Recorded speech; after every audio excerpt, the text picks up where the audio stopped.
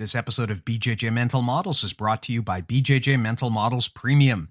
It's our membership subscription site for those of you who are truly dedicated to the journey of jiu-jitsu and self-development.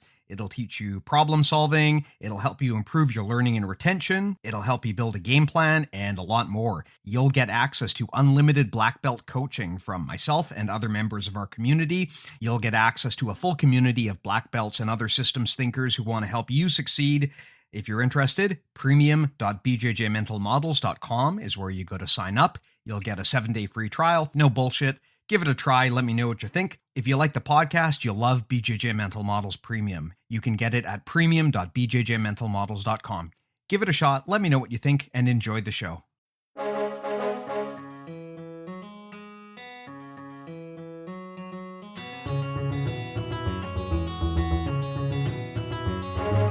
Hey, welcome to BJJ Mental Models, episode 134. I'm Steve Kwan. BJJ Mental Models is your guide to a conceptual and intelligent jiu-jitsu approach. And today, we have a legend on the podcast. Internet mythbuster extraordinaire from Bullshido, Phrost. Phrost, how are you doing? How is it going? What's up, everybody? It's good to have you on here. I have wanted to talk to you for a long time, man. I mean, I think that probably anyone who listens to this podcast has at some point discovered Bullshido. In fact, I would venture to guess that a lot of people who are listening to this podcast specifically chose to train Brazilian Jiu-Jitsu because of Bullshido and sites like it. So I don't know how much of an introduction you really require, but just in case, why don't you go ahead and just tell everyone what you're known for and what you do? Yeah, well, I mean, I guess the Cliff Notes version of the spiel goes back to, way back to 2002. And since this is a BJJ specific thing, I can go into a little bit more detail than I normally explain to the normies. But it was a crew of us that were having a conversation on the old Abu Dhabi Combat Club forums, like way back in the day. And what happened was there was a discussion about somebody that was doing a female MMA fighter that was doing some seedy stuff. And the discussion was just being had, some people were being judgmental. Not everybody was, but the point was that the admins and a couple of people from like Sherdog, and they got all involved and butthurt and shut it down, deleted all the threads. And I wasn't cool with that. So, and so we had our own little sort of a Streisand effect and just said, fuck it, made our own website forum where you could discuss whatever the hell you wanted and with no censorship other than, nobody wants to post illegal shit. But, and that was the genesis of Bullshido as an open platform to call bullshit on people. And back in the day, it was originally called McDojo.com. So McDonald's IP lawyers got involved within a few months, so it didn't take long. And we were like, oh, well, I have been using the term Bullshido just as a stand-in for bullshit sometimes, like way since like early mid-90s. And I was like, you know what? That fits even better. So we called the site that. I got the damn trademark on the word, and it has been going ever since. And about 6 months into the forums, we had a few thousand members. It was going well. This was way back in the day before Facebook and MySpace existed, so forums were where people went to discuss things. But about 6 months into it, a couple of our more rowdy people said, you know what? I've been having conversations and arguments with you back and forth, etc. So let's get together and beat the shit out of each other. See, as you do. Yeah, everybody's been making claims and, this is that. I can do this. I can do that, whatever. So two of them popped up simultaneously, one in Georgia and one in California. And the people that organize them will argue back and forth who was the first official throwdown. But it doesn't matter. That the best part is that people got together offline from the internet to throw hands, to throw down. And so it just spiraled into this whole thing. So it became part of the forum culture. And one thing led to another. We kind of accidentally bumbled our way into running the world's largest fight club. So that was cool. That kind of made me Tyler Durden. Yeah, nobody's bought me a free drink off of that, but still. It's we started covering bullshit, martial arts specifically, but as the UFC grew in popularity, which we could take a little bit of credit for because we were promoting it, I was exchanging emails back with their marketing manager way back in the day when they weren't even, they had the occasional pay-per-view. They were tiny. Only the hardcore people knew about them. And they were trying to get legitimate, so we helped promote them. But I mean, I'm not going to take too much credit for the UFC, obviously, because they're not sending me checks, so fuck them. So as the sport grew in popularity, fewer people needed to have it explained to them in great and painful detail what an actual martial art that was effective looked like. Because they could tune on the Ultimate Fighter and watch, amateur level dudes go at it. And, eventually a lot of them became pros, but they could see what a fight was supposed to look like on actual television without being scripted, no Steven Seagal bullshit. So our job was more or less done with regards to martial arts, except for the real wacko outliers that were just good for making fun of. And we still do that now. So as the years went on, we stopped focusing on those nitwits and started expanding a little bit in our mission to call bullshit on things like the health and fitness industry in general, because there's a whole lot of crap in that. And then over the years, it went further and further. And then the last, about 7 years ago, we started getting into fake news. We started calling out memes that were clearly false, spreading false information, stuff like that. And it was fortuitous timing that we started talking about all that crap, because it just became a thing. So we'll leave it at that. But there's a lot of genuinely false information floating around on the internet, especially along the lines that once Facebook started getting hold, once people started getting smartphones, and then every Tom, Dick, and Harry that could barely tie their shoes got on the internet and joined into the conversations that were going there, the quality of information dropped dramatically.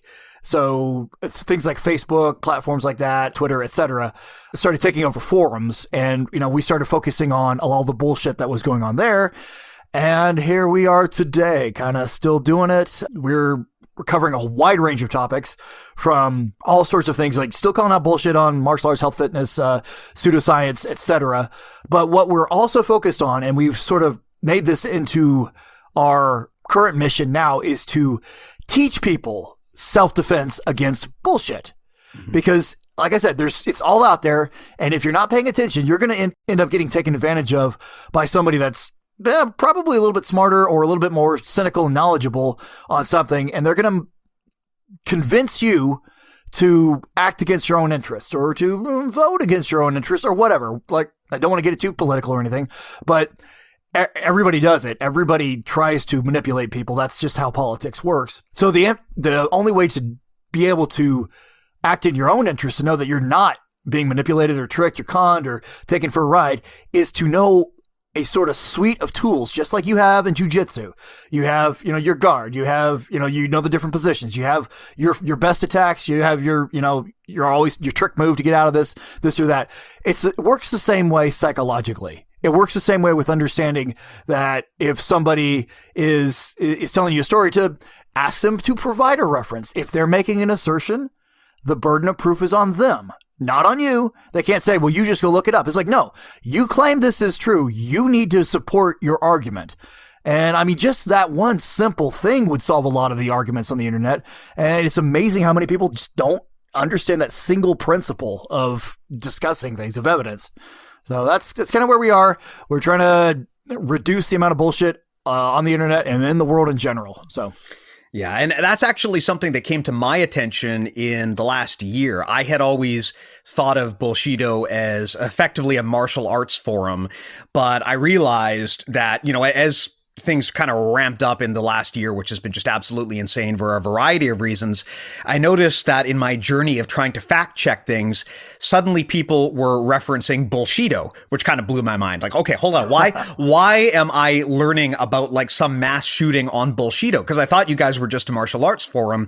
Then I dug into it and I realized that actually, no, you guys are generally reputed right now as a pretty solid and level-headed place to get real information and to fact check bullshit on a lot of the things that we see online. And that really surprised me. I think it's awesome that you're doing it because, as you said, and I definitely agree, I think the proliferation of bullshit is kind of the biggest challenge that we have in our generation. And I think that our inability to inoculate against that bullshit is going to be our downfall. It's, the way that you can describe it or compare it to jiu-jitsu, right? Jiu-jitsu in a lot of ways, or really any combat sports training. I mean, yeah, the techniques help, but a big part of what makes it work is stress inoculation, right? You've been stressed before. You're used to fighting with people. So when it actually happens, happens, it doesn't just completely shut you down, right? You have at least some experience in that field and in that area. And I feel like we need to train people to be resilient against bullshit as well, to know how to question things, to understand what kind of arguments tend to have weight, or at least should have weight, and which ones to discard. I had a big, long conversation with someone on Facebook a while ago today, and I have not been making a lot of friends on Facebook recently because I will pretty belligerently go on there, and if someone is using fallacious logic to try to make a point, I'll just straight up call them out on that. And I have had a lot of people mad at me because they think this is some sort of political game, but really I just want people to have good sources of information and to do diligence on their information. And I don't want people to parrot and propagate things that aren't true. And that is a real problem that we have right now, that people don't know how to sift garbage information from good information. And there is very much a defeatist sentiment at this point, that kind of like the genie's out of the bottle and there's too much out there and there's just nothing you can do. But that kind of nihilistic attitude I don't think is good. I mean, there are very, very simple rules you can adopt for yourself just to guard the info that goes into your brain. Just some very, very simple things. Like one of them is what you said, right? Like the burden of proof lies on the person making the statement. Yep. These very, very basic things, if you just have a checklist of those in your head, it's like an inoculation, right? It's like priming your immune system so that next time you see bullshit, you just repel it. And I found that this has been a very frustrating experience in the last year because there has been so much of it out there. And I'm not just talking about politics, right? I mean, you brought up health and wellness, right? I mean, goodness, like I have learned so much in the last few years about what really works in health and wellness. And I've been shocked at the things that I thought, like everyone knew these things were supposed to work, but when you actually look at the details, they're basically pseudoscience. And I was shocked to learn that some of these things that I thought were just, it was just like common knowledge that XYZ should work, that actually, no, there's no evidence that these things work. It kind of blew my mind. And maybe we can talk about some of these things here, right? Like what are some of these methods that we can use to filter bullshit? What are some of the main sources of bullshit that people deal with today? What are some examples of things that a jiu-jitsu person might strike that actually could be bullshit? I mean, big topic here, but I'd love to just give you the floor and tell me what you think, man. Yeah, I mean, I think a lot of it boils down to people that haven't been instructed otherwise, or haven't just had it explained to them, just generally think of things in yes or no, sort of a binary. It is 100% true or it is 100% false. It's everything they need to be certain about things, when the reality, and the frustrating reality, even to people that understand this, is that there's no real certainty. It's just probabilities. Even science itself, a legitimate scientist will never tell you, oh, this is 100% certain. If you ask them directly, they'll be like, this is the most probable explanation.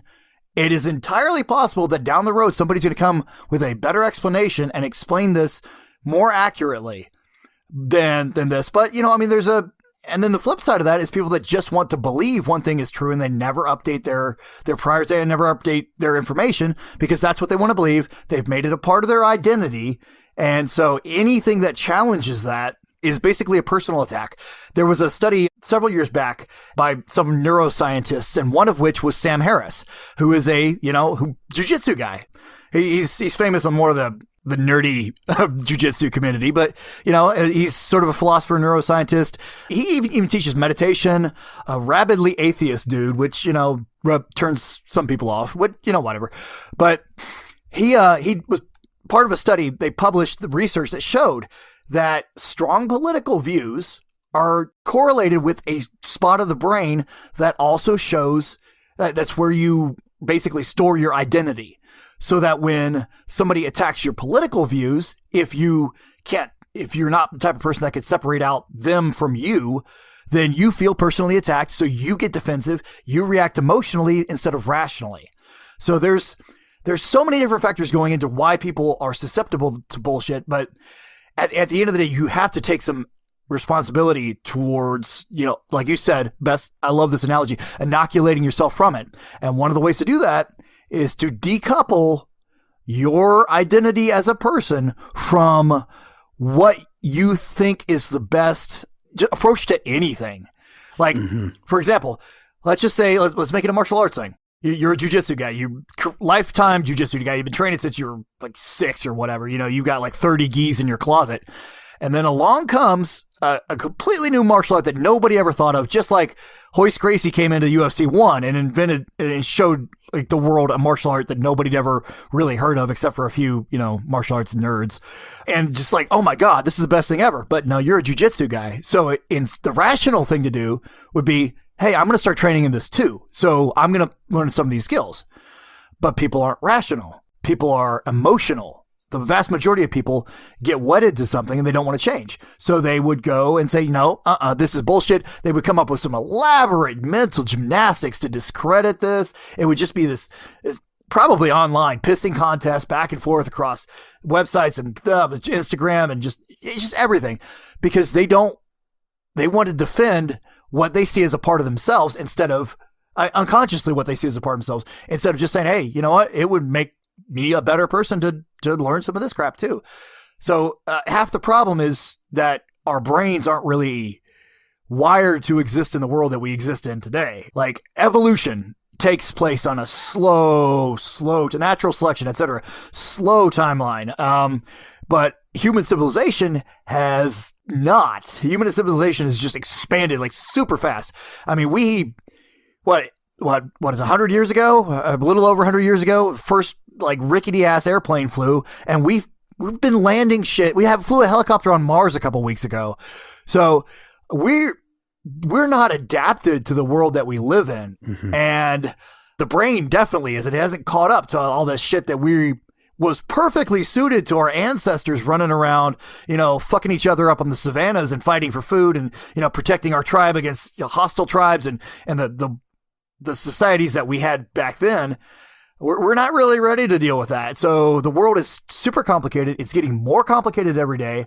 And the only way to defend yourself against that, to prepare yourself for it, is to A, be aware of it, and B, start looking for all the ways that shifty motherfuckers are taking advantage of people because of this. Well, let's talk into one of the most obvious ways, which you already touched on, which is when people try to bind themselves to your identity. One of my favorite quotes is from Paul Graham, and the quote is, "Keep your identity small."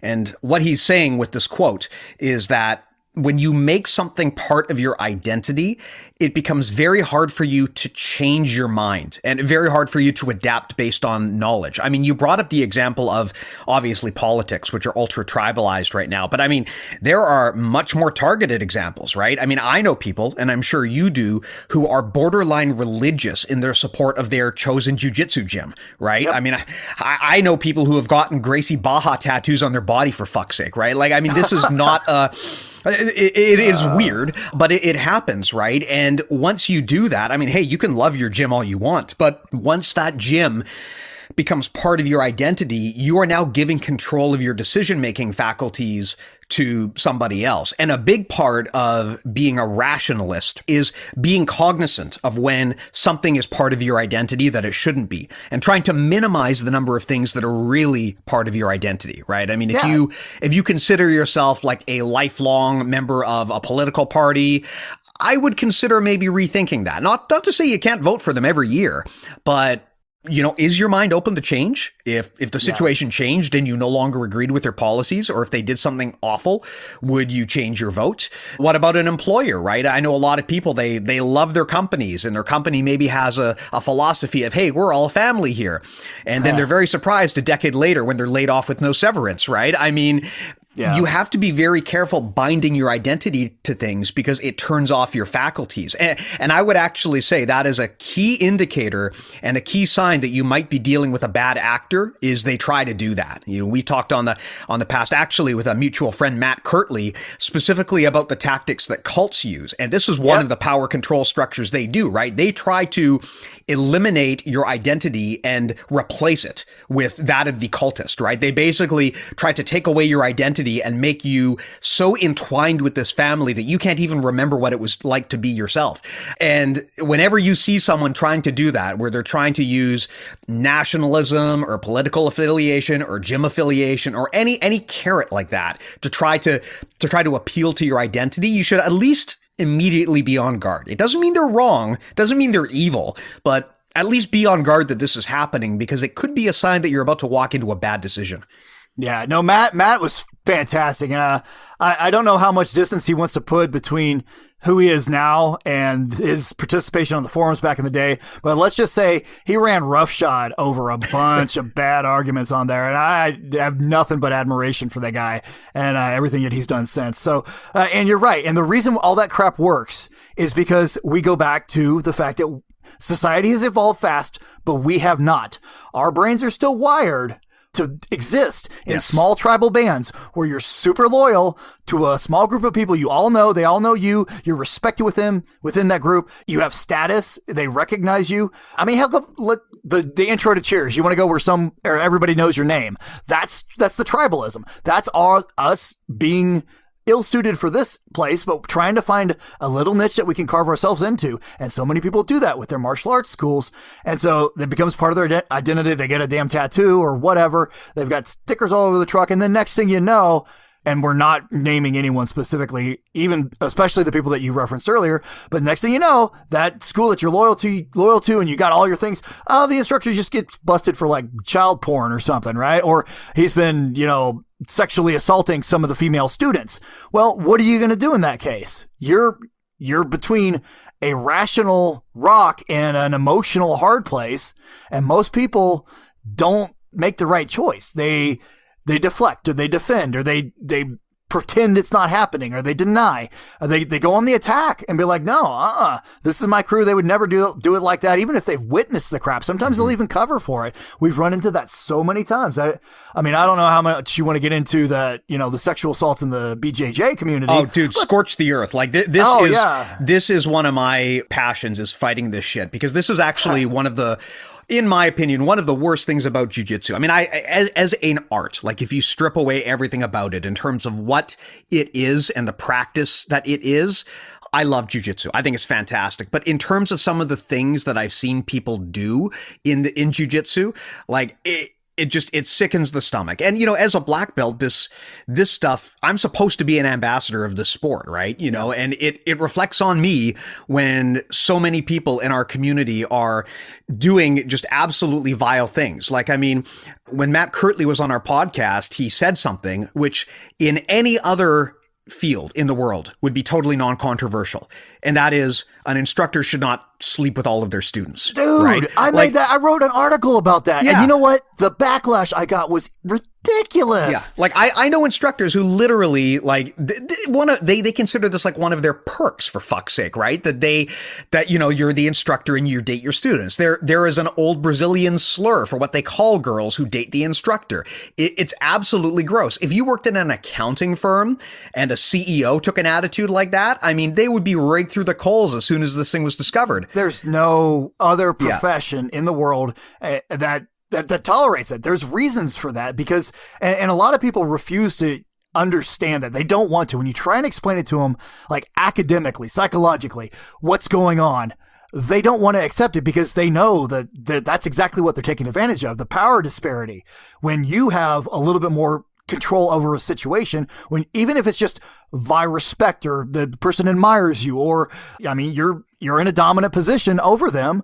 I mean, sometimes fucking literally in the case of jiu-jitsu, then there's an imbalance. The other person doesn't get the same full spectrum of consent when they're, when you're in that, because, well, maybe they don't want to have sex with you, but they don't want to change their gym because all their friends are here and that would be awkward and they feel embarrassed. You're taking advantage of that. I mean, shit. Mm-hmm. It's like that one episode of It's Always Sunny in Philadelphia, the implication. The guy's like, I bought a boat, so I'm going to take my dates out on a boat, and then they won't say no because of, the implication. And motherfucker was just arguing about, situationally raping those people. I mean, yeah, everybody on the cast of that show is horrible on purpose, and they're, that's the point of the show. But people think like that legitimately, like instructors. I have so many female friends that have confided in me and said, hey, this has happened, that has happened, this creepy motherfucker. And guess what? All of those dudes are still in some capacity. Now we have, we were a lot more active in this several years ago, because more of us have moved on from martial arts than still participated in, then everybody's kind of gone off to do their own thing. But we have dimed out so many of those people. I mean, just locally here, I'm in Austin, Texas, and Texas is, you throw a rock, you hit a jiu-jitsu school. So there's tons of them. Now there's some fantastic ones out here that aren't even remotely associated with that bullshit. But that, I would say there's a unhealthy number of ones that are run by people that see it like that get indignant when you tell them, hey man, don't fuck your students. That's not okay. And they're like, well, this so-and-so married his student and blah, blah, blah. Yeah, motherfucker. Okay. Yeah. But the exception doesn't prove the rule. And who knows what's going on? Everybody else's marriage is their own personal business. So you just can't. No other profession tolerates it. And like you said, it should not be seen as a fucking perk. If it is, and I'm just going to say this straight out, if you see this as a perk, then you're a weak ass bitch, because you can't score otherwise. What the hell's your problem, man? This is the age of like Tinder and shit. It's like nobody swiping on your profile. Is that how weak you are? I mean, Jesus Christ. Yeah. I mean, I remember reading a statement from a woman who claimed to have been raped by an instructor. And part of what she said was that I may be butchering this. It's been a while since I read it, but part of what she said was that she was afraid to say no because she didn't think she could stop him, because he's a jiu-jitsu instructor, right? I mean, so there's an implied power imbalance there. You can't act like this is all like, just like two random people meeting for coffee. I mean, it's much more complicated than that. And the whole thing about being a black belt is that you're supposed to take responsibility for this art that you've been entrusted with, and you're supposed to be an ambassador, and you're not supposed to abuse it. And the thing that I find is, I mean, to an outsider, we market black belts as like these gurus, basically, these experts, and a lot of that is probably just the perception that people got growing up watching martial arts movies in Hollywood, that, the black belt is like the guru who lives on the hill, knows everything. Yeah. So black belts act like that, like, oh, I'm not, I'm the black belt, I am the guru. But there is a degree of responsibility that comes with running a gym, with wearing that belt, with representing the community. And if you have a position of power, you do have to be aware of the fact that you are negotiating from a position of power, and you need to be mindful of what expectations you're putting on other people, right? So for those reasons, I agree with you 100%. Like, I do not like the idea of an instructor dating their students. I mean, like you said, yeah, there's a lot of happy couples that have come about from precisely that, but that does not mean that is a good standard to have, right? You look at any other profession, the boss does not date the employees, right? It just doesn't happen. It's abusive. It's just very, very minimal situations in which that works out to anybody's favor, except for the person in the dominant power position. So it's just, and again, when you try to explain this to people, they don't want to hear it because they don't want to acknowledge it, because they don't want to stop doing it. So, or they've never even started yet because nobody's, taking their classes. But the minute they get one, and the minute some female student comes in looking like she desperately needs to learn self-defense so she doesn't get assaulted by somebody else, guess what? Guess who she's going to get harassed by? There's a book that just came out like a couple weeks ago, actually, by Professor David Buss from the University of Texas. He's an evolutionary psychologist. I think it's called Men Behaving Badly, the roots of sexual assault, harassment, and all that sort of stuff. It's pretty cool. I've been reading it because there's some shocking statistics in there. And men are, on some level, again, back to the evolution thing, wired to do things like this. Not that makes it okay, but because we haven't really caught up to knowing fucking better.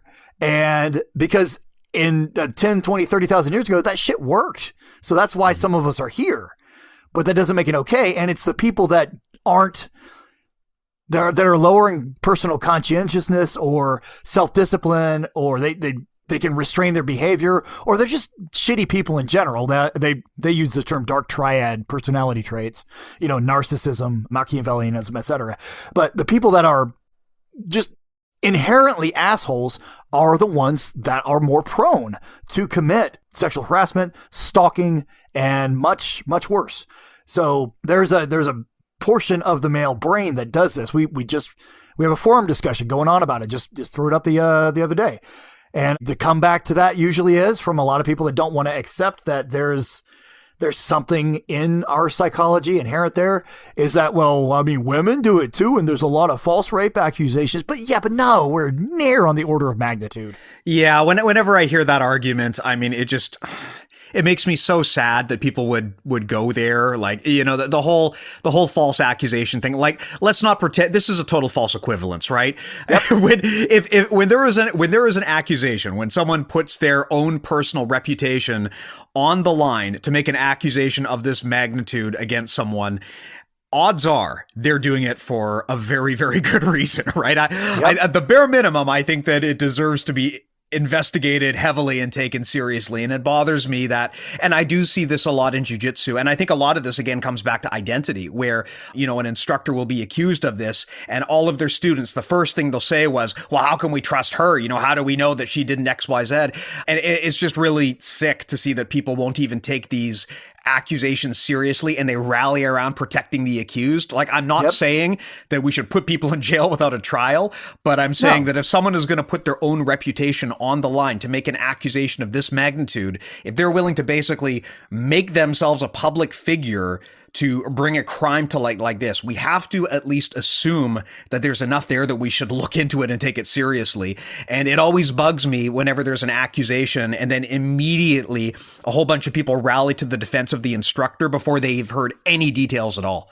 Yep, that's an emotional thing. That's their freaking lizard brain, to use a completely inaccurate, simple way of putting it. But that's their emotions. They're kicking in because that's who they are. And I mean, the whole thing, especially when it comes to believing women versus men and accusations, is like, again, we need to talk about certainties versus probabilities.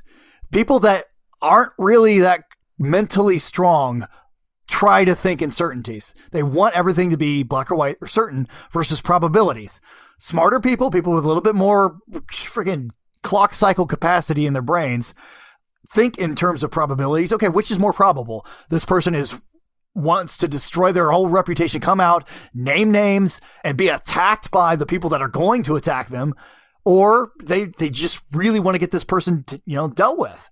I mean, unless you're just legitimately crazy, and crazy's like not the acceptable term for this, unless you have some serious psychological issues, the average woman is not going to come forward and say, oh yeah, just for fucking funsies, yeah, this happened. I mean, just for the reputational damage that is done to her. There's just so many reasons why it is highly improbable that somebody's going to make a random accusation at an instructor for like untoward behavior or much, much worse. So yeah, I'm fucking tired of it. Yeah. And I would also point out too, this is not just an issue that affects that male-female power dynamic. Like, this whole problem of basically marshaling your identity into the gym and abusing power structures, this is the source of so much other gym drama, like the whole creanche bullshit, right? Like, all of this comes from instructors basically trying to assert their authority that they don't deserve over their student base, right? That is one of the things about many martial arts, but it seems especially prevalent in jiu-jitsu that, if you are expected to, display fealty and loyalty to your instructor. Well, it's, you're a paying customer, buddy. Like, I'm paying you X dollars a month for a service, and it seems real odd that if I choose to discontinue that service, suddenly I'm disloyal and it's okay for you to slander me in public.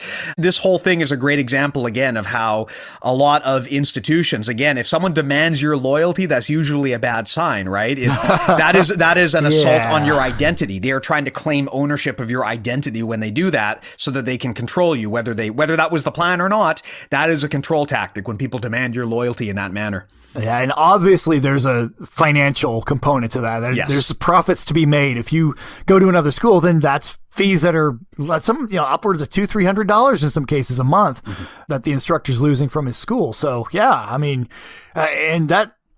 every marketing agency in the world exploits this sort of tribal hook in the little button that you have on you that says, oh, I want to belong to something. I need to be a part of something, or else I'm just left out here on my own.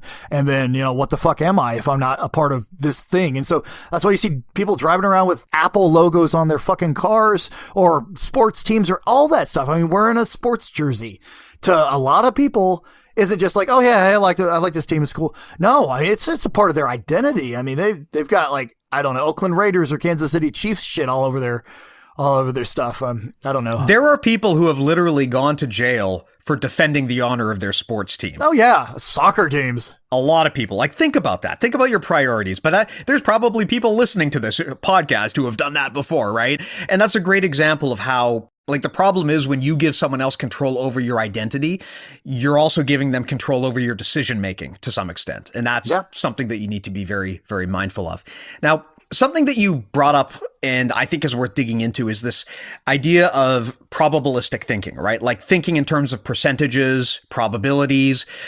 And this is another area where I think people tend to get really, really screwed and make bad decisions. I think we all kind of suffer from a bit of a certainty bias. Like we all want to gravitate towards answers that are certain and absolute, right? There's reassuredness and certainty. I would love to know for certain that a rock isn't going to fall in my house and kill me tonight, right? Like certainty is something that all human beings want. But the reality is much more complicated. And if you look at any professional field where you're dealing with extraordinarily complicated problems, what you'll find is normally you're dealing in terms of probabilities, risk management.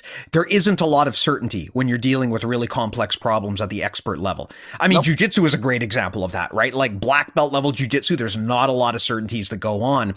But the human brain is drawn towards people who can promise these certainties to you, especially in times when things are inherently uncertain.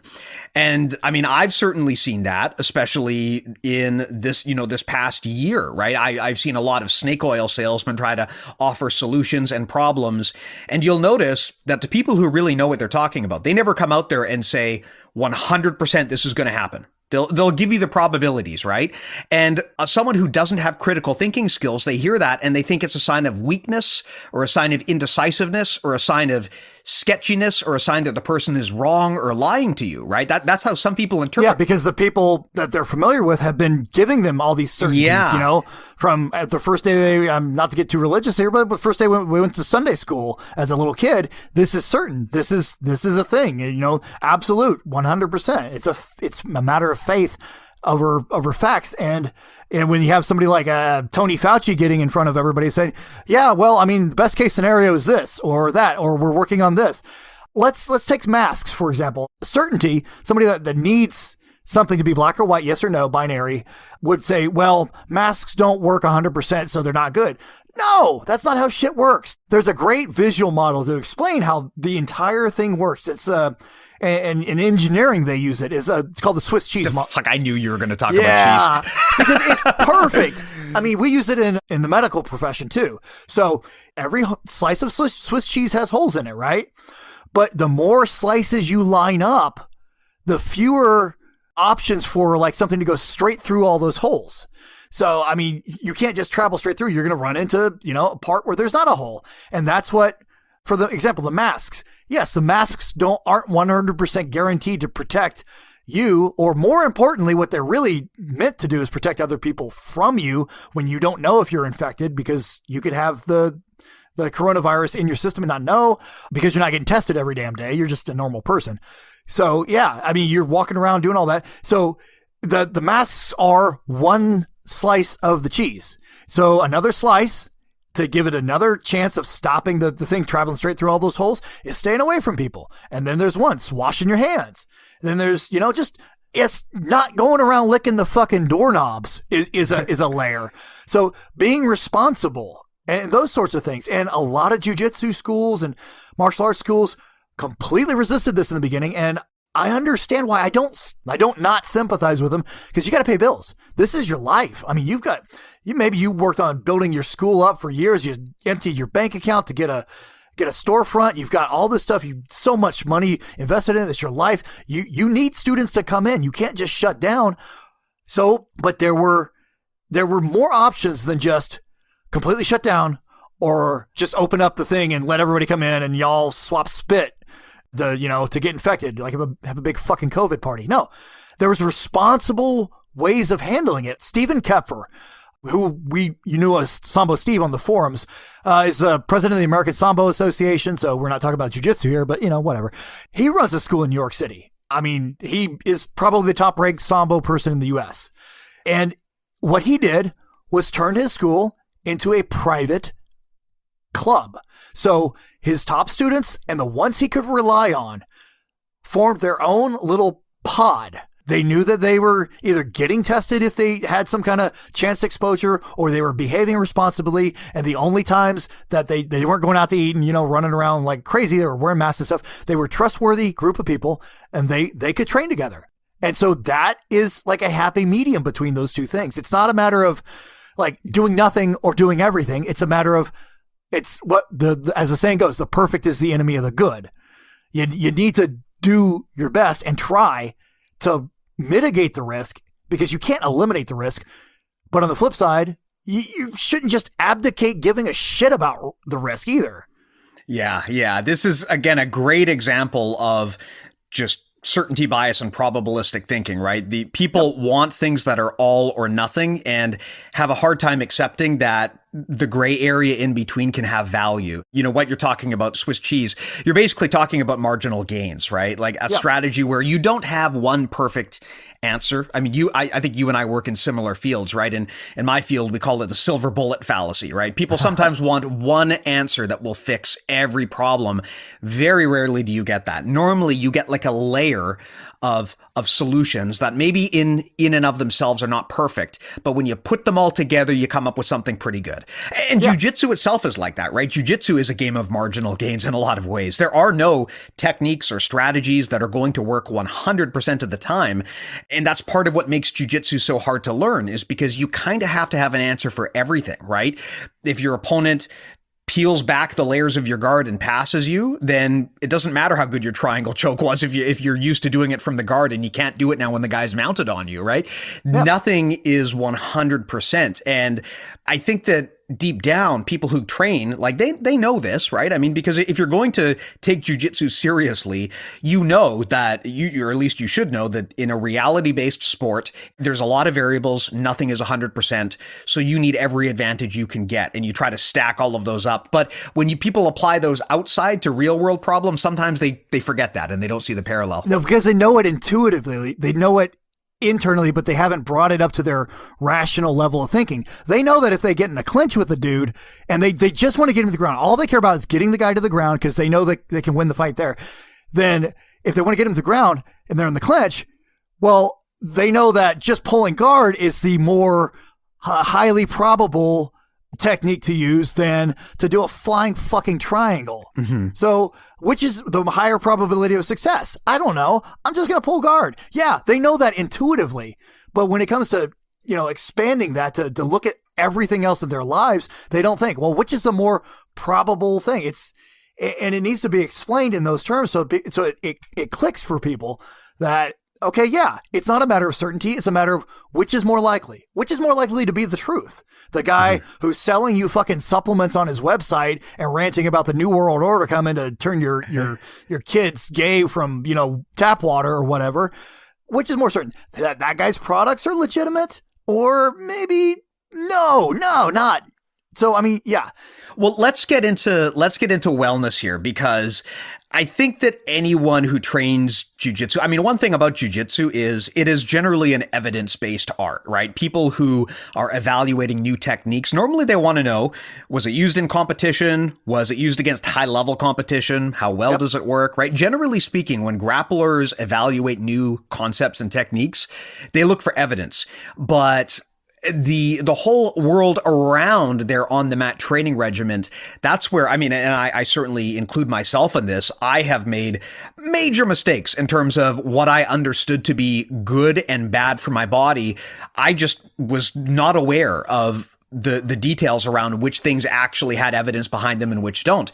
And, something you brought up before, just this desire for certainty, you will notice that most of the snake oil salesmen make very specific, adamant promises about what their supplement will or won't do, whereas the things that really work are much less exciting in their promises, because nothing in the real world is that easy and absolute. No, human biochemistry is fucking insanely complicated. I mean, you have studied that for years. So, yeah, no, and it's ridiculous. That's one of my personal rules of thumb, which I try to, share with as a bit of knowledge with other people. If you want to sound pretentious, you say heuristic. But, yeah, it's like if somebody is selling supplements on their website and they're trying to share information, there's a good chance they're full of shit. Because like Gwyneth Paltrow to, our buddy Joe Rogan, supplements are a almost completely unregulated industry. Short of just putting straight powdered arsenic into pills, it's really hard to get in legal trouble for selling a supplement to anyone because the FDA doesn't regulate them, and they don't regulate them because there's a huge supplement lobby that fights against any regulation for accuracy in claims. So yeah, you got to be careful with that stuff. There's just so much nonsense. Yeah, the lack of regulation on supplements was something that really blew my mind when I first kind of realized it. And actually, my wife, who is a molecular biologist, is the one who finally clued my dumb ass into this. Because I, like everyone else, accepted just at face value that all of these supplements must have been through some degree of rigor. And that when they say things like studies prove, that I can just take that to the bank, right? Like I assumed all of this to be true. But once you peel that back, you discover a bunch of really weird and gross things. Like a lot of the common knowledge we have about taking vitamins because we think they're going to do all of these great things for us. Like in reality, most of that is actually more harmful than good. Like your body does not necessarily need to be just injected with high levels of unnatural vitamins that are either just going to like go into your liver and you just get pissed out, or worse, even get stuck there, right? Like this is the thing that, I kind of surprised me to find out that, we all think that like taking vitamin C is great if you have a cold or something. My understanding now is actually not really. Like vitamin C is good to have. It's important to have as part of your ongoing long-term diet. But if you have a cold and your solution is to load up with like 1,000 milligrams of vitamin C, like at that point, it's probably not going to help you that much. If anything, it might hurt you. Well, the emergency company, the people that sell Emergency, had actually got taken to court and had to deal with this and make their vague claims a little less claimy because they were claiming all sorts of things. It's like Airborne, I think, was another one of those products. But yeah, my biggest thing that irks the shit out of me, and everyone has done it from Gwyneth Paltrow to the fucking Gracies, is alkaline diets. And what is that? Because you mentioned this to me beforehand. I'm not familiar with it. So what is it? Okay, so are you eating batteries? Yeah, no, I know. You're eating lye or something. No, basically what people who don't understand how the human body works is they think you can change your pH, your internal chemistry. And the reason that's so baffling, fucking frustrating, and I'm like balling up my fist here. I wish you had video because that would be great. Is that the human body maintains a condition where your blood is between 7.35 and 7.45 pH. Anything outside of that range, and you're probably fucking dying. You have whole systems in your body working to like lower the acidity or lower the alkalinity or raise both all this stuff. I mean, like, I don't even want to get into the chemistry behind it, but there's a lot of like carboxyls and shit that you're going to go over people's heads, and it's really boring as hell. But the point is, if you drink some alkaline water, it's going into your stomach, and it's not alkaline anymore. And the Gwyneth Paltrow thing that pissed me off the first, I think I legitimately like yelled at my computer when I saw this. She was bragging about every morning she has this ritual where she has a glass of alkaline water with a spritz of lemon in it. I'm pausing for effect here because anybody who knows even sixth grade chemistry knows what would happen if you took lemon and put it in anything that's remotely alkaline. Lemon's acidic, citric fucking acid. It's not alkaline anymore. It does nothing. You just neutralize the shit. Fucking stick to selling vagina scented candles. Well, and here's the thing, right? Like some people will say, well, I might as well try it because it can't hurt me. I mean, something that I remember I got suckered into was green tea extract, right? And how, everyone knows green tea is good for you, which is true, right? So why not take just a preposterous amount of green tea and grind it up into a pill so you can get even more of it? Well, turns out if you do that, you can kill yourself, right? It's not a good idea to be taking, just because something is good for you, if you take it in a regular consumable dose, that does not mean that 1,000 times more of that will also be good for you if you take it in pill form. And that's something that... Yeah, I think a lot of people get screwed up by.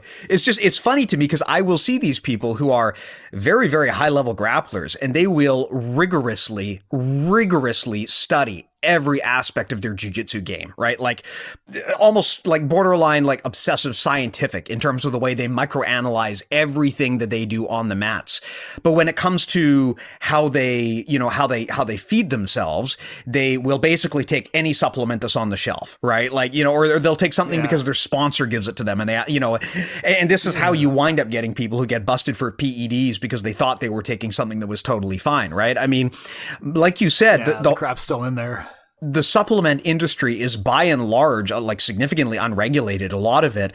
And that is a great example of what a lot of it is just a big scam. I mean, that's not all of it. There are certainly some that actually do have some degree of benefit, but a lot of it is just an absolute scam and can actually be harmful to you. Yeah. Well, it's not even just the lack of regulation for the fact that the shit's it doesn't do what it claims to do. It's poorly regulated because they're not checking for purity of their stuff. I mean, there might be all kinds of shit in there. You might be popping some lead into your system because you're not, there's a good company, and I'm not promoting them. I have no affiliation with them whatsoever, called Labdoor. And they actually do this independently. They run lab tests on supplements to see which is the most pure, which is okay for sport because it doesn't have anything extra in it, which has toxins and chemicals, actual toxins, not fucking the shit that, these ding dongs like Gwyneth Paltrow or David Avocado Wolf talk about, actual things that will cause harm to your body. All these supplements, and nobody's doing it. The FDA's not doing it. So these guys stepped up, kind of like we did with Bullshido. They stepped up to check the supplement industry. So I don't have any problem mentioning them every time I get a chance. I mean, I actually go through them to look for stuff because there are supplements that do work. Yeah, absolutely. There are some, right? I mean, they're not miracles, but like creatine, for example, creatine has been studied, legitimate study, peer review, double-blind placebo, et cetera. And it's not a miracle, but it helps. Things like that.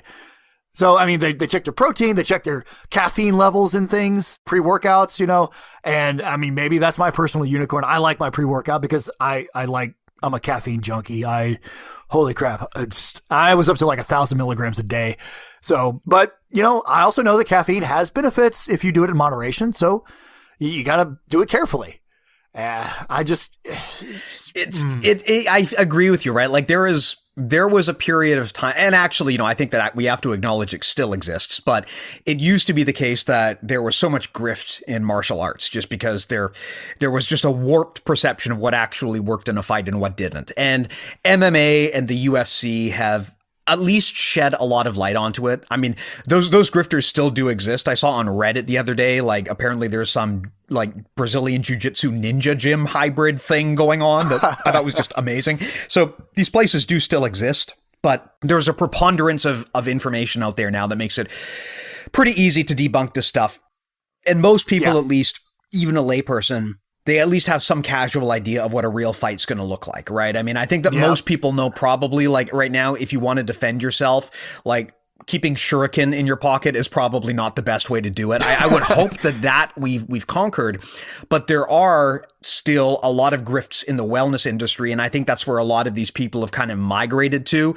I see this all the time in wellness, and it's just, I don't know exactly what it is about the appeal here, but there are so many supplements, so many treatments that can be offered that really are based on no evidence at all, but yet people will swear up and down by them. And it is like we've been talking about here with supplements, it is at best a grift, and at worst it is actively harmful to you.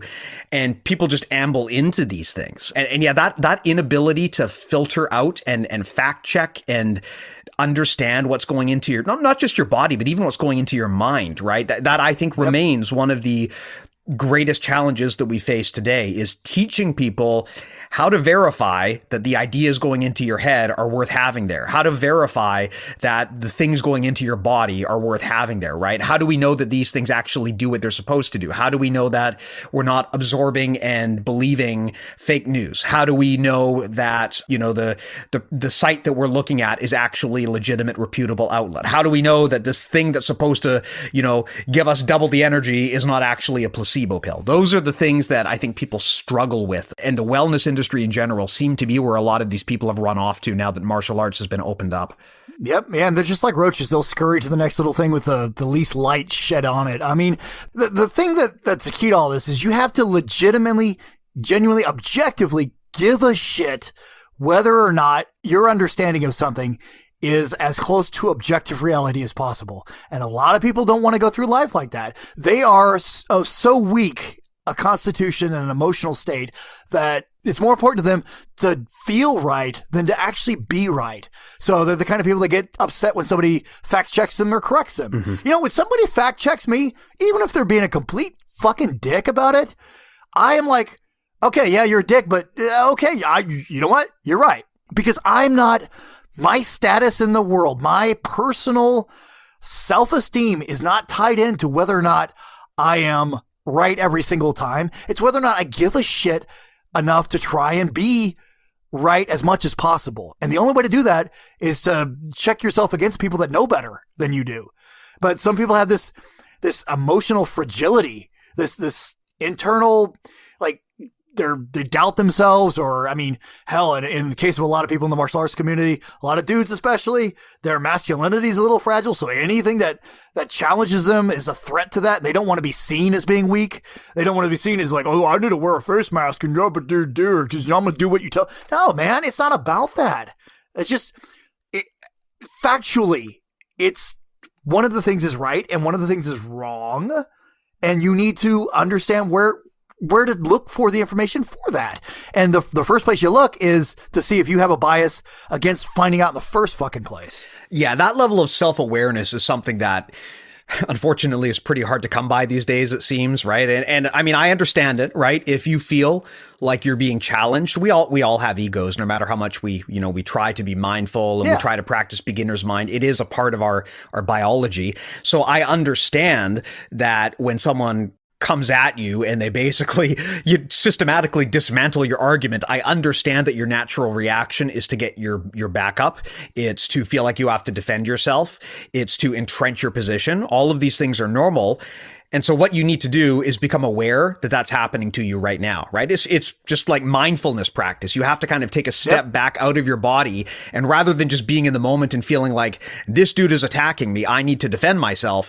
What you need to do is take a step back and ask yourself, am I entrenching myself further because of my ego? Like, do I feel obliged to defend myself because I don't want to be wrong, right? And because I think that's a big part of it. People don't want to be seen, they don't want to admit that they're wrong. And so they will defend arguments long after they've already lost. And the best, one of the best strategies is to take a deep breath, like, kind of look at yourself from the third person and just ask yourself, like, am I arguing this because I think I'm right? Or am I arguing this because I don't want to admit that I'm wrong? And there's nothing wrong with being wrong, right? Like, just if you admit that you're wrong and just move on, everyone will forget in a microsecond. It's good to admit that you're wrong because that's a sign of respect to the other person. And it's a sign that you're working towards being better. Nothing wrong with it. But I do find that a lot of people, when you confront them with conflicting information, they get their back up. And of course, on the mats, this happens all the time, right? I mean, jiu-jitsu in itself, when people are training, they're basically confronting each other with different physical ideas, and you're either proven right or wrong. But the difference is, if you tap my ass, like, I can't deny that happened. But if we're just talking about ideas, I can just sit there and be really stubborn and deny it all day long. And I do find that, like, I think a good practice for all of us is to check our biases and ask ourselves, am I defending this argument because I think I'm really right? Or am I defending it because I don't want to admit that I'm wrong? Yeah. And then a lot of people have the problem is that a lot of people have status on the line, or at least the perception that they have status. So if you're an instructor and somebody's like, yeah, dude, your acai bowl is just giving people a bunch of extra fucking sugar. It's not really, there's no magical superfruit in the world. This isn't fucking One Piece or whatever.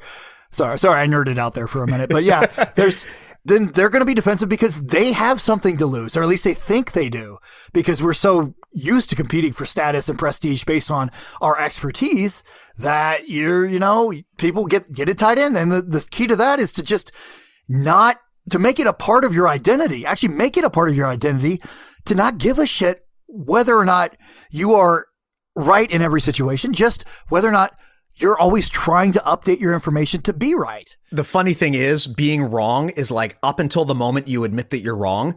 Admitting that you're wrong feels like it's going to be the worst thing in the world.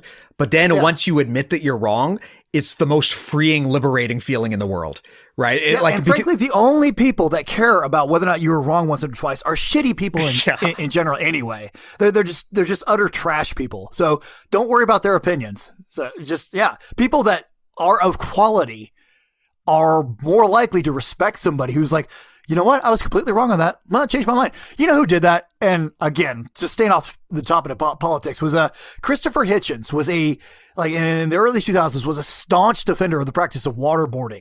And he was like, you know what? This isn't torture. It's just not torture. It's a technique to get information out of people. He volunteered.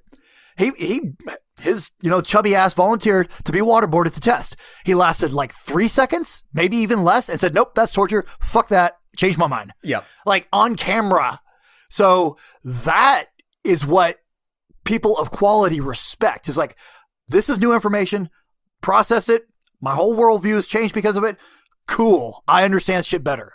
Yeah. I mean, I am a boring Canadian with boring Canadian political systems, but we do get to watch the incredible reality show that is American political television. And I do feel like part of the problem, I mean, in Canada, we've got I don't even know how many parties at this point. There are 3 parties that basically represent pretty much the same platform. It's crazy how many parties we've got up here, but it's a good thing. It makes politics boring, but it also makes it a bit less tribal if there's a spectrum of ideas. Because I feel like watching the States, it's very much us or them. And your concept of identity is so entwined with your political decisions that it does become very hard to backtrack and change your mind. And I feel like that's actually kind of one of the challenges watching you guys down there, because both sides will say we need to be less polarized, we need to be less tribal, but no one wants to be the first one to pull the trigger on that and to be like, okay, I'm sorry, can we be friends? Yeah, because then they give ground to the other side. Yes. There shouldn't be sides. That's the problem. But it's hardwired into our Constitution that just by the mechanisms of it, people are going to line up on two sides until they change the entire voting system. Yeah. I mean, there's a really interesting book. I mean, we're kind of going off onto some ideas here, but they're related. There's a book I read a while back called Life 3.0. It's actually about artificial intelligence, but one of the models transhumanism. One of the models they posit is that the big difference between humans and animals, at least per this book, is that we can look at animals and bacteria as life 1.0. Like they've got their hardware and they've got their software, their brain and their minds, and they have no control over really either of those, right? They follow instructions. Whereas they posit that humans would be life 2.0 because our hardware is fixed. We can't really do anything about our hardware, but our software, we can evolve, we can change, we can override our instincts, we can pass knowledge down. So it creates this amazing situation that you described where we are basically it's like our brains and the ideas in our head are it's like a PS5 game, but your body is like an old school Game Boy in terms of the technology. The ideas that we have can't catch up. So we're constantly, despite the fact that our minds are capable of incredible things, we are constantly pulled back by the natural biases of our body and our brain chemistry. And you have to learn to become aware of that, or you'll never be able to override it. Yep. Yeah. Well, I mean, I don't want to derail too much into philosophy and neuroscience and shit, but I personally don't even believe in free will because I have paid attention enough to the thing. Now, what I do believe in, and which is relevant to this, is it's not about free will, because there have been studies that you act a lot faster than you can consciously think in many cases. However, you have parts of your brain that can inhibit the rash reactions to shit. And so in effect, it's not so much free will, it's free won't. Your impulse control determines how much you can actually resist the impulse to just haul off and knock somebody's fucking teeth out for, like leering at your wife or whatever. So some people lack that impulse control. And so they do a little bit more ridiculous shit. And so that, there's kind of a spectrum of who's that. But yeah, I'm a big believer in, seeing where we can go with stuff. As long as it doesn't end up, with me and my consciousness uploaded into fucking Jeff Bezos's USB drive or something. Oh God. Speaking of nerding out, have you ever played Soma? Soma. It's a video game. No, you know what? I miss video games so much. I used to be a hardcore gamer, but no, not lately. High recommendation from me, Soma. Yeah. Video game. Everyone out there. It'll make you reconsider your entire reason for existing. Anyway, side note. So going back to kind of the topic here, just in terms of how we can inoculate our minds against the bullshit that we're bombarded with daily, both, when it comes to the martial arts industry, but also wellness and just the real world in general. I mean, we talked about, keeping our identity small and not getting tribal and attached to, not making these ideas part of who we actually are. We talked about learning to think probabilistically and to use things like the Swiss cheese model and to not gravitate towards certainty that's promised to us. Anything else that, from your standpoint, is a really critical tool to helping people make better decisions and evaluate and inoculate themselves against misinformation?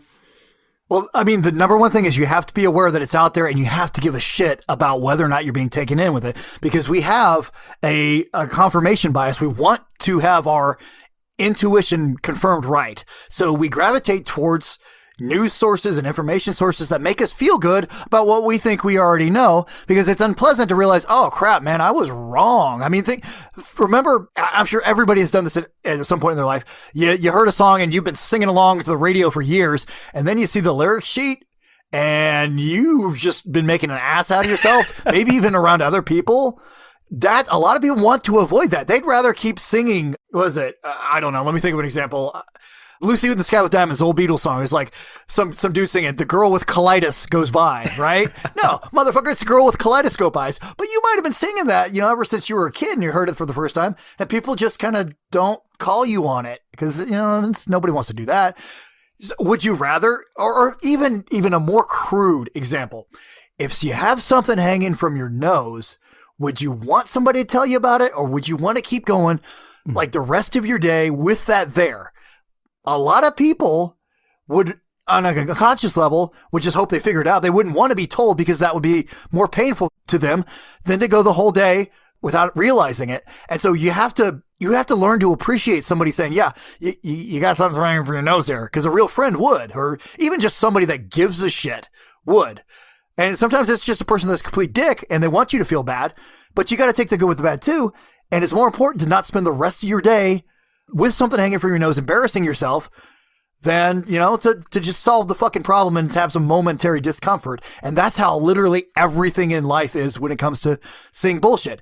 Do you want to be corrected, or do you just want to feel like you're right? Yeah. That's so critical, right? And there is a difference, right? And there are a lot of placebos can make you happy, right? Yep. A lot of people do things that really have no benefit, and they've convinced themselves that they're actually tremendously beneficial. A lot of people do things because they want to feel right, and they're so entrenched that they're afraid to admit that they're wrong. And it no longer is about getting good information. It's now about just refusing to back down. And that's just not the right way to make decisions. I mean, I guess if there's one big takeaway, it's that at the bare minimum, if you're going to take a supplement, or if you see something on your news feed that seems like it's maybe just a bit too good to be true, like what I always like to do is Google where it came from, and then do like a second level Google to figure out like, what is the deal with the people who are writing about this? Because that's the mistake that a lot of people make, is they'll Google things one time and they'll think that, oh, okay, well, I found this on the internet. This must be evidence. But any jackass can set up a website. I mean, I would know. I've been that jackass, right? Yeah. So what you really need to do is not just find the information, but then do a second level Google search on the place that you're getting that information, right? Like, is this website actually reputable, or is it some like front for the sugar industry or something like that, right? Yep. There's a great website for that. Media Bias Fact Check. Yep.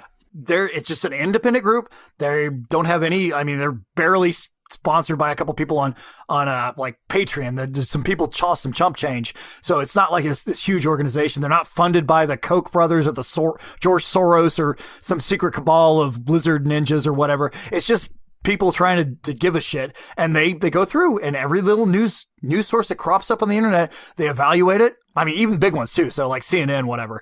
So it's left bias, right bias, or factual content. So it's like two different spectrums there. And so there can be a right bias website with high factual content or the opposite. But what you want to look for is you use one of those as a tool, use that site as a tool to see, okay, what's their bias? What's their angle? Who's running it? Why are they running it? Are they trying to make money? Is it a grift? Because not every time somebody's selling something, like, that's not as easy as saying, okay, yeah, this guy is telling you not to go to the doctor, but he's selling you fucking supplements. Okay, that's clear cut. That's pretty easy.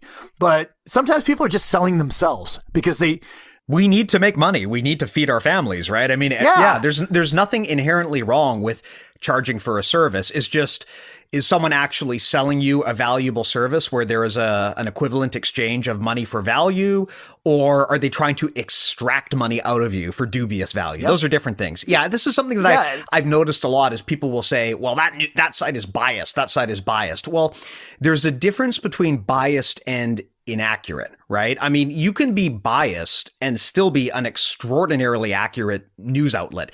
That doesn't mean necessarily that you want to get all your news from that one place, because of course they're going to be slanted in one direction, but that's different from the information being false. And people sometimes get those things confused, right? They think that biased means that it's inaccurate, or they might think that if you're charging for money, there's something grifty going on here. That's not the case, right? These things can be, they're different considerations on the spectrum and on the slide. And yeah, I mean, you need to take those things into account, but the presence of bias does not mean something's bullshit. And the presence of someone charging you doesn't mean it either. Yeah, it goes back to probability versus certainty. You have, something may have it's like multiple levels. You have to evaluate stuff on multiple levels, and it's inconvenient. It's not simple. There's no easy way to just say that this is absolutely fake news and this is absolutely true news. No, nothing's absolutely fake or true. A website, Fox News, is derided as having strong bias. And some people are like, yeah, that's the kind of bias I want. Okay, that's all I'm going to read. Whatever. But their political polling is rated really highly on factual content. They have a rigorous method. So the poll results. Now, the fact that they have poll information, that doesn't mean they're sharing the ones they don't want to share.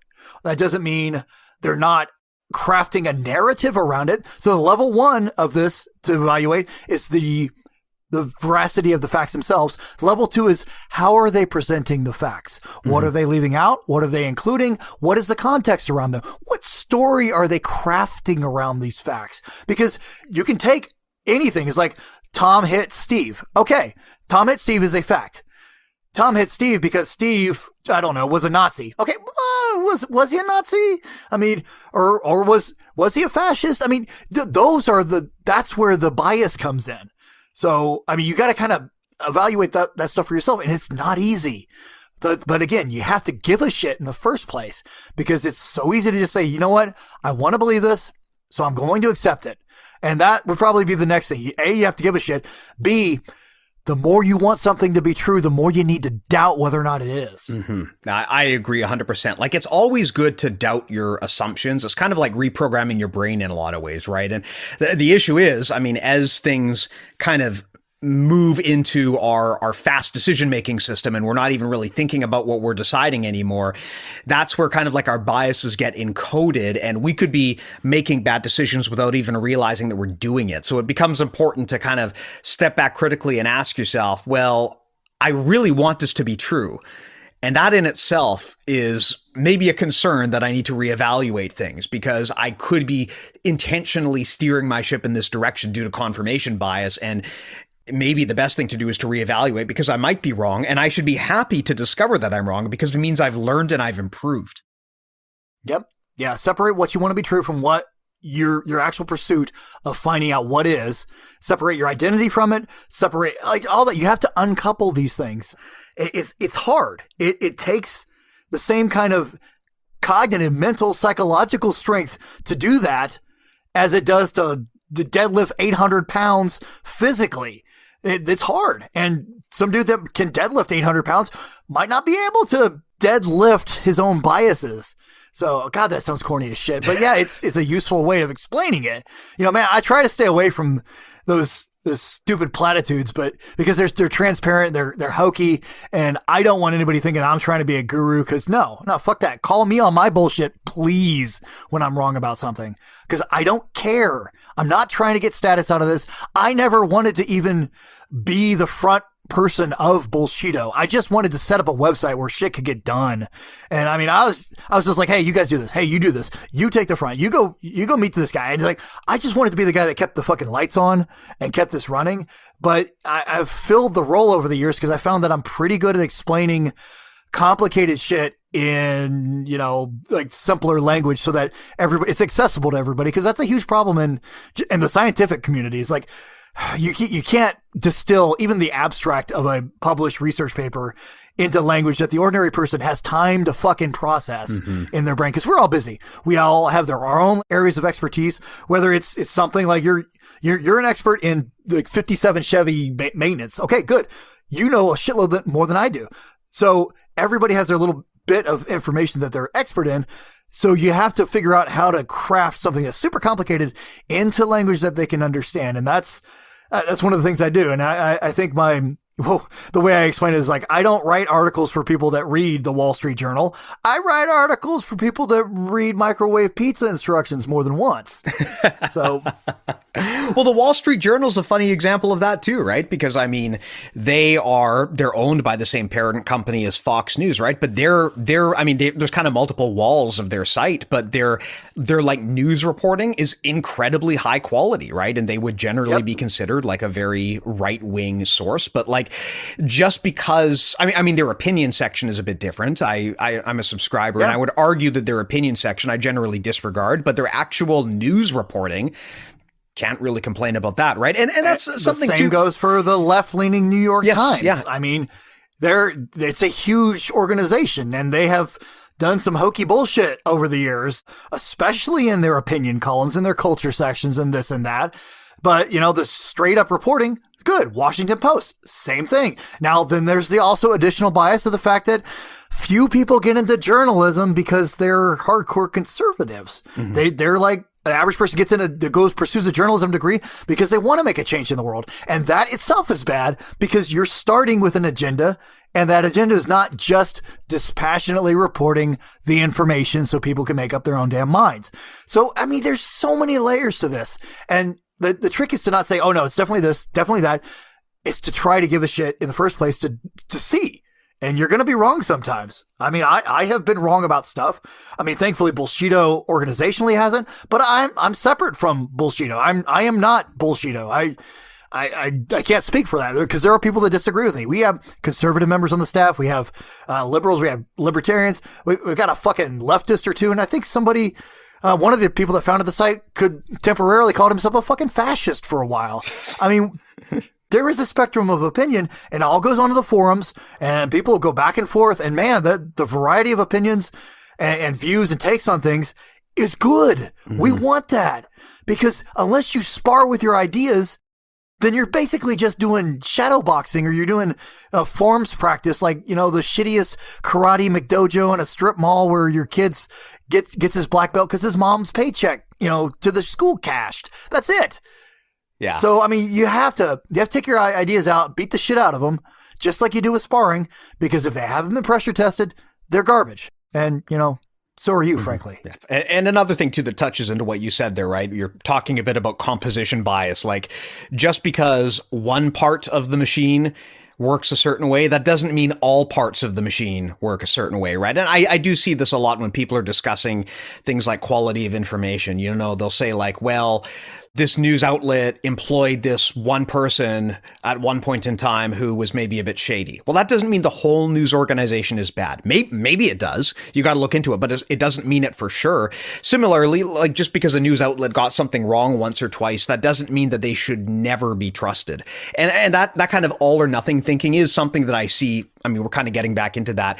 That's something that I see a lot where people will say like, well, I can't trust this news outlet because they misreported this thing one time, or because they, one piece of the business did this one thing at one point in time. They'll like take a very small case and they'll apply it to the whole. And sometimes small things are applicable to the whole, right? Like sometimes something is a systemic problem actually, but not always. And that's why you need to have such a critical eye when you're trying to assess the information that comes into your head. It is not an easy problem to solve. And that's kind of one, I wish that we did a better job educating people about that. I wish I were better educated about this. And I hope that this podcast has been educational to some people as well. Just at the bare minimum, like to give you some tools in terms of how to make better decisions and how to evaluate the things that you put into your head. Because man, once you put ideas into your head, I mean, I know everyone says that the exchange of ideas is great, but that only is true for true and good faith ideas, right? Once you start loading up your head with bad information and becomes part of your identity, very hard to get it out again. Yep, that's exactly it. Cool. Well, Phrost, I mean, thanks again so much for joining us, man. I guess it's probably pretty obvious, but if people want to learn more about you or see your work, where do they go and what are you doing these days? Just go to bullshido.net. That's where we got the website. We've got articles on it. We have a whole section on self-defense against BS. I mean, you want to follow me on Twitter, whatever. I don't give a shit. It's at PHROST. But I mean, I'm not always posting about Bullshido related shit. I'm like deep into other things because I'm a fucking nerd. So I have a spectrum of interests that may not be relevant to people that are just, hardcore BJJ people. So, I mean, we do have a Bullshido Twitter account. It's less updated than we probably should, but so, I mean, follow us there. If you must, we're on Facebook these days. There is a Facebook group, but we just use that to recruit people back onto our forums. In order to join the Facebook group, you have to answer a 8th grade math question correctly. So that keeps out like 80% of the people. I swear to God, we turn away like 4 out of 5 people. I'm not even joking. And it's pathetic because, wow, I don't know, man. It's bad. But then we also have a Facebook page, which several of us on the staff like to personally troll all the comments. I mean, because that is what Facebook is for. That's what we get. And I have been banned like 3 times from Facebook in the last month. I've had 2 temp bans and one what was supposed to be a permanent account disabling, but they reviewed it and like, okay, yeah, we screwed up, but it's still your fault, whatever. So, I mean, yeah, we're trying to get people off Facebook. It's a horrible, horrible place. So yeah, come join us on the forums. Discussion's open. We don't care what your identity is as long as you give a shit about knowing things better than you did. Yeah, this is something that I try to keep an open mind about. I mean, I will vociferously argue for something if I believe that there's something missing in kind of the public zeitgeist, if I believe that there's information that people need to be clued in on. But I also do like it when people come at me. If I am wrong and you can prove it, I want to know it. And a lot of the times people interpret this as hostility but that's not the intent, right? I mean, we got to remember that it's one thing to attack a person. It's a different thing to attack someone's ideas, right? And I think we lose that sometimes. Yep. Yeah. You are not your ideas, man. Your ideas are temporary things. You're everything else. Yeah. You know how we gatekeep our community? We've got this amazing Discord community for BJJ mental models. It is in my mind, like one of the better, like online Discord communities there are. You know what our secret is to gatekeeping people? What's that? We charge them. Oh, yeah, that's a great idea. So if you want to be part of our community, actually, to all jokes aside, this show is Patreon supported and it is linked into our Discord. One of the perks of being a patron is that you do get access to our awesome Discord chat. Right now, like there's over 100 people there and like the ratio of black belts to regular people is like 1-4. It's a pretty awesome community. If anyone out there wants in on that, patreon.com/BJJ mental models. It is not going to break the bank. I mean, we've got tiers as low as $5 and we scale up depending on what you're looking to get out of it. So again, please do consider it. That is the thing that funds this whole project. Patreon.com/BJJ mental models. greatly appreciate it if you join us there. Phrost, thanks again, man. I really appreciate you coming by. Very curious to see if a whole bunch of people write back and get mad at us because we rattled the wrong chain. But I hope that anyone who listens to this doesn't interpret it as some sort of like shot or slight against them or their beliefs or anything. In fact, it is the opposite, at least from my perspective. This is an appeal to separate yourself from your beliefs and just be more critical about everything that you let into your head and your body. Yeah, except those dudes that are trying to fuck their students, fuck y'all. Yeah, those guys can fuck off. All right. Well, thanks again to all of the listeners. And of course, Phrost, thanks again for joining us. Talk to all of you guys next week.